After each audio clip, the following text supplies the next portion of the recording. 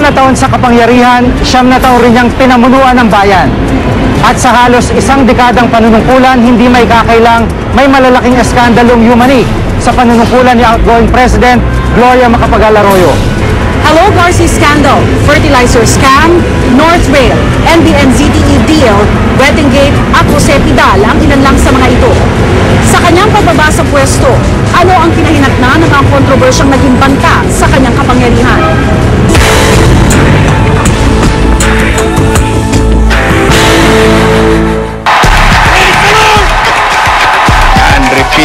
Halos isang dekadang namuno sa bansa si Pangulong Gloria Macapagal-Arroyo.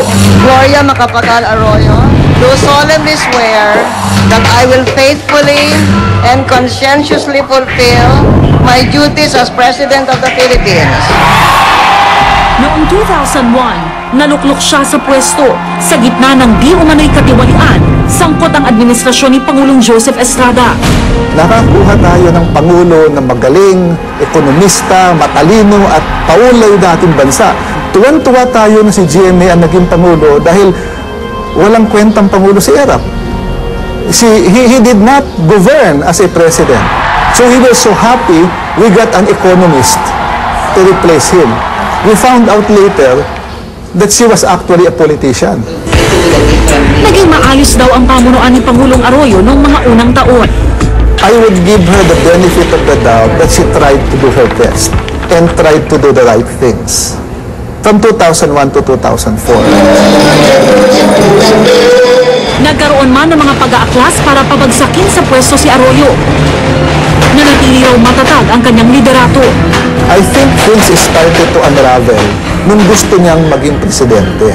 Kasi remember, sinabi niya hindi siya tatakbo, kaya pinalakpakan siya ng taong bayan. I have decided not to run for president. Nung lumabas ang totoo na gusto niya maging presidente, at any cost, I think that is when things started to unravel. This must take over several conversations. Nagsimula raw ang malakas na dagok sa pamunuan ni Pangulong Arroyo nang sumabog ang tinatawag na Hello Garci scandal.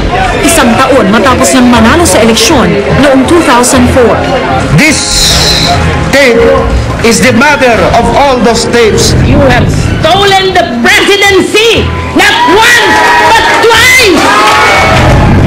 Isang audio recording kung saan kausap ni Pangulong Arroyo sa telepono si COMELEC Commissioner Virgilio Garciliano. I recognize that making any such call was a lapse in judgment. I am sorry. Humantong ito sa makasaysayang paghingi ng sorry ni Pangulong Arroyo sa telebisyon. At ito rin daw ang mitya ng pagiging lehitimo ng kanyang liderato bilang Pangulo. Nung siya ay prinuklaman na ng Kongreso, ang tingin ko, ang taong bayan ay tanggap na siyang Pangulo at handa siyang bigyan ng bagong pagkakataon. Nagsimula itong bumagsak noong 2005 nung lumabas yung Hello Garci. At mula noon ay wala nang magandang pinuntahan yung kanyang administrasyon. Nagkaroon man ng mga pagdinig sa Senado tungkol sa pakikipag-usap ni Pangulong Arroyo sa isang opisyal ng COMELEC noong eleksyon, tila wala namang kinahantuang katapusan o pagtutuldok ang pangyayari. Labas siya ng executive order na hindi pupunta yung mga executive officials sa investigation ng Senado. So lahat ng pagtatakip, politically compromised her. She could not discipline the military. Hindi naman po siguro nila maano yung ating Board of Conduct. All her actions were now politically compromised because of the illegal act in 2004. Hindi mo nakikita yung batayan, no?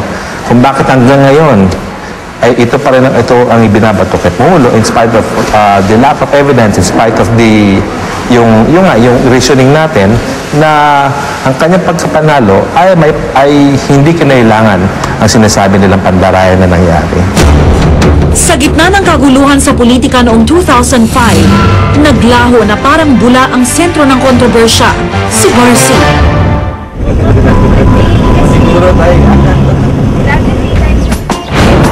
Limang taon mula nang pumutok ang eskandalo, pinaunlakan niya kami sa isang interview sa kanyang farm sa Bukidnon.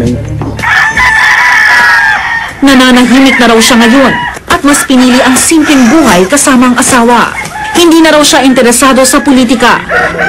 Noong 2007, tumakbo siyang congressman sa Bukidnon pero natalo. For the last few years that I have been attacked every now and then by media and the politicians. And I would like to repeat the statement of the late Cardinal Sin when he said that politicians this time are pragmatic without principles. And I would like to emphasize that that's what I do not like. Ayaw kong sumali sa politika ngayon because I don't like the way politics being done. Mariin pa rin niyang itinatangging nagkaroon ng dayaan noong eleksyon 2004. Attorney Garciliano, inutusan mo ba kayo ni Pangulong Arroyo na dayain ang eleksyon ng 2004? Magandang question yan. Ako I was appointed. Walang utos.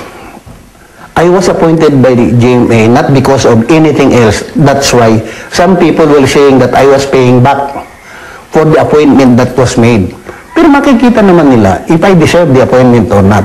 Was there any evidence shown that I either attempted or even tried or actually cheated for the president in that election? Wala. Peke raw ang tape na kumakalat kung saan Garci ang tawag sa kanya ni Pangulong Arroyo. The president does not call me Garci. That's why it's baloney to say na yung Garci tape, mga ganun. Walang Garci. In that tape which we were saying it is the tape between me and the president, lumabas na sabing pipilitin ko po. Hindi titignan ko po. Kaya yung splice na pinagdugtong-dugtong nila, in-arrange nila. Nilinaw niya ang tunay na pinag-usapan nila noon ng Pangulo.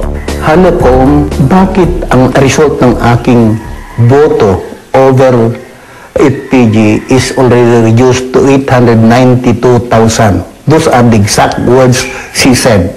3 days before the start of the canvass of the result in Lanao del Sur, ang aking abante mahigit ng 1,000,000. Bakit nagkaganon? You know what my answer was? Sabi ko sa kanya, ganun po ba ma'am? Sabi niya, oo. And when we end up our conversation, I said, titignan ko po. Mula raw pumutok ang kontrobersya sa Hello Garci tapes, hindi na raw sila muling nag-usap ni Pangulong Arroyo. Gano'n mo kalaki yung naging impact ho nito nung sumabog itong kontrobersya nito sa inyo personally? Malaki talaga yung impact nito kasi parang the people were taking as the truth, gospel truth. Yung nandun sa tape at saka yung sinasabi ng media, biktima akong talaga. Why do you think you're the victim here, sir? Well, because they cannot even provide us evidence against the accusation. Pagkatapos, sinira lang nila ako just because of the claim that I had conversation with the president. But who am I to refuse a call by the president? Pero ho yung the act of the president calling you, was it proper? It was not improper because anybody can talk to any government official who is discharging duties like elections. Tila habang buhay ng bubunuin ni Garci ang masamang imaheng dulot ng eskandalo. Bakit pa bumalik pa ako dito na pumasok dyan sa Commission on Elections? Nasira tuloy ang buhay namin. Kung may mga anomalies na nangyayari, sasabihin nila, i-attach kagad yung pangalan ko. Well, I do not want anymore to participate in anything that has something to do with elections. Ayon sa political analyst na si Mon Casiple, malaking dagok sa tiwala ng mga simpleng mamamayan ang Hello Garci scandal. Itong Hello Garci scandal, gaano kung kalaki yung naging impact nito sa kanyang administrasyon? Malaki. Kasi it defined the whole 5 years after that. Hanggang ngayon. At yung legitimacy crisis it created, ito na yung parang pinaka-sword of Damocles sa kanya. Palaging dyan. Tuwing may issue, kasama palagi yun. This is also an issue of one stealing from the farmers. The farmers who have been so poor, sabi ko nga, mahirap pa sa daga, doon ka pa magnanakaw sa mga benefits sa kanila.